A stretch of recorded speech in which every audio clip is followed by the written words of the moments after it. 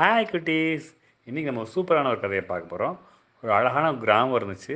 அந்த கிராமத்தில் ஒரு வீட்டில் ஒரு அண்ணனும் தம்பியும் இருந்தாங்க. 2 பேருக்குமே ஒரு வயசு தான் வித்தியாசம். அண்ணன் வந்து சீனு, தம்பி பேர் ஆனந்த்.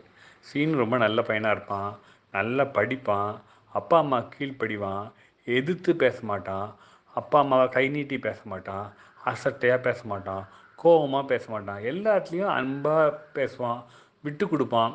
ஒரு நல்ல குணம் வந்து அண்ணனுக்கு இருந்துச்சு, அண்ணன் சீனுக்கு இருந்துச்சு. ஆனால் ஆனந்த் வந்து அதுக்கு நேர் மாறாக இருந்தான். எப்படி இருந்தான்னா, ரொம்ப ஒரு மோசமான, எதுக்கெடுத்தாலும் பிடிவாதம் பிடிப்பான், எனக்கு தான் ஃபஸ்ட்டு வேணும்னு கேட்பான், எந்த ஒரு பொருள் சாப்பிட்றதா இருந்தால் கூட அண்ணனை விட எனக்கு தான் அதிகமாக வேணும் அப்படின்னு கேட்பான், பிடிவாதம் பிடிப்பான், எந்த ஒரு ஒரு புதுசாக வாங்கினா அது எனக்கு தான் வேணும்னு கேட்பான். அது மட்டும் இல்லை, ஏதாவதுனா கேலி பண்ணுறது, அவன் மற்றவங்கள மட்டம் தட்டுறது, மற்ற பசங்களோட சண்டை போடுறது, அப்படி பல கெட்ட பழக்கங்கள்லாம் நினச்சிருந்தான். அவன் சின்ன வயசுலேருந்தே அவன் அப்படி தான் குணமுடையவனாக இருந்தான். அவங்க அப்பா அம்மா வந்து ஆனந்தை எவ்வளவோ திருத்துறதுக்கு முயற்சி பண்ணாங்க, சின்ன சின்ன தண்டனைலாம் கொடுத்தாங்க, டீச்சர்கிட்ட சொன்னாங்க. ஆனால் அவன் திருந்துற பாடாக இல்லை. இப்போ என்ன பண்ண ஆரம்பிச்சான்னா, சில பென்சிலை தொலைச்சிருவான், பேனாவை தொலைச்சிருவான். அப்போ அப்பாட்ட கேட்டால் அவங்க திருப்பி வாங்கி கொடுக்க மாட்டாங்கன்னா, ஸ்கூலில் இருக்க மற்ற பசங்களோட பென்சில் பேனாலாம் திருட ஆரம்பிச்சிட்டான். ஒரு முறை அவங்க வகுப்பு ஆசிரியர் என்ன செஞ்சாங்கன்னா, அதை கண்டுபிடிச்சி அவனுக்கு தண்டனையும் கொடுத்து அவங்க அப்பா அம்மாட்டையும் என்ன செஞ்சாங்க, அந்த காரியத்தை சொன்னாங்க. ஆனாலும் அவன் வந்து நாள் ஆக அவன் வந்து அவனுடைய குணம் வந்து ரொம்ப முரட்டு குணமாக மாறிடுச்சு. 2 பேரும் நல்லா வளர்ந்தாங்க, படித்தாங்க. அப்போது இவன் கல்லூரிக்கு போயிட்டு வந்துட்டு இருந்தான். இவன் என்ன பண்ண, கல்லூரிக்கெலாம் படிக்கலை, ஸ்கூல்லேயே ஃபெயில் ஆனதுனால கல்லூரிக்கு போக மாட்டேன்னு சொல்லிட்டான். மோசமான தவறான சவகாசமுள்ள நபர்களோடு செஞ்சுட்டான். அவன் சேர்ந்து அங்கே போகிறது, இங்கே போகிறது, திருடுறது, அந்த மாதிரியான காரியங்கள்லாம் செஞ்சுட்டு இருந்தான். ஒரு நாள் அவனுடைய குணம் ரொம்ப மோசமாகி என்ன பண்ணால், அவன் வந்து மற்றவங்கள வழிப்பறித்து அவங்கள என்ன செஞ்சான்னா, அவனுடைய பணம், அவனுடைய நகையெல்லாம் கொள்ளையடிக்க ஆரம்பித்தான். அப்படி ஒரு முறை அவன் கொள்ளையடிக்கும்போது போலீஸ் வந்து அந்த வழியாக வந்தாங்க.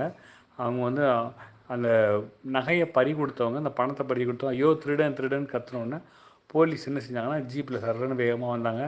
இவன் அந்த காடு மேலே ஓடி ஓடி தப்பிச்சு கடைசியாக வீட்டுக்குள்ளே வந்துட்டான். வீட்டுக்குள்ளே வந்தோடனே போலீஸ் தேடி வருது, எந்த வீட்டுக்குள்ளே அவன் போயிருப்பான்னு தேடி வந்துட்டு இருக்குது.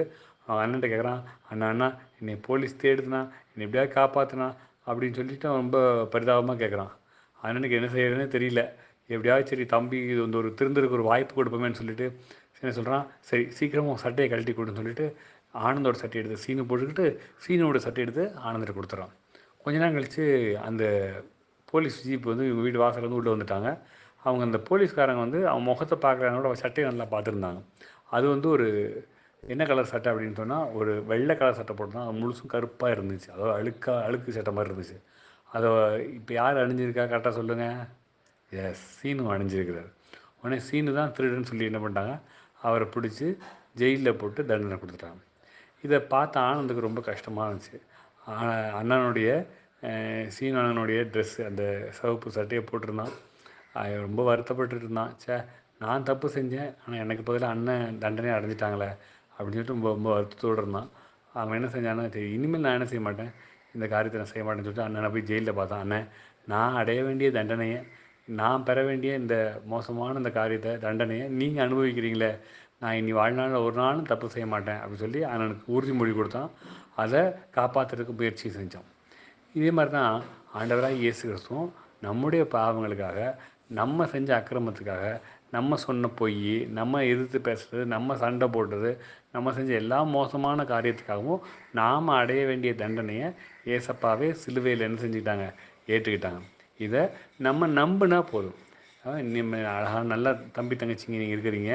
நீங்கள் குற்றம் செய்யும்போது, பாவம் செய்யும்போது, தப்பு செய்யும்போது நீங்கள் செய்ய வேண்டிய 2 விஷயத்த சொல்கிறேன். முதலாவது, நீங்கள் உங்கள் தப்பை ஒத்துக்கணும்.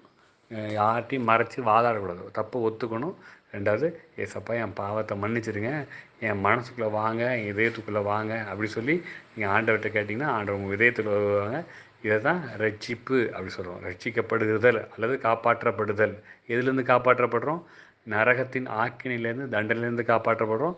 பாவம் செய்யாமல் பாதுகாக்கப்படுறோம். இந்த 2 இதுலேருந்தும் நம்ம பாதுகாக்கப்படுறோம். என்ன, உங்கள் இதயத்தை ஏசப்பாட்ட கொடுப்பீங்களா? பாய்.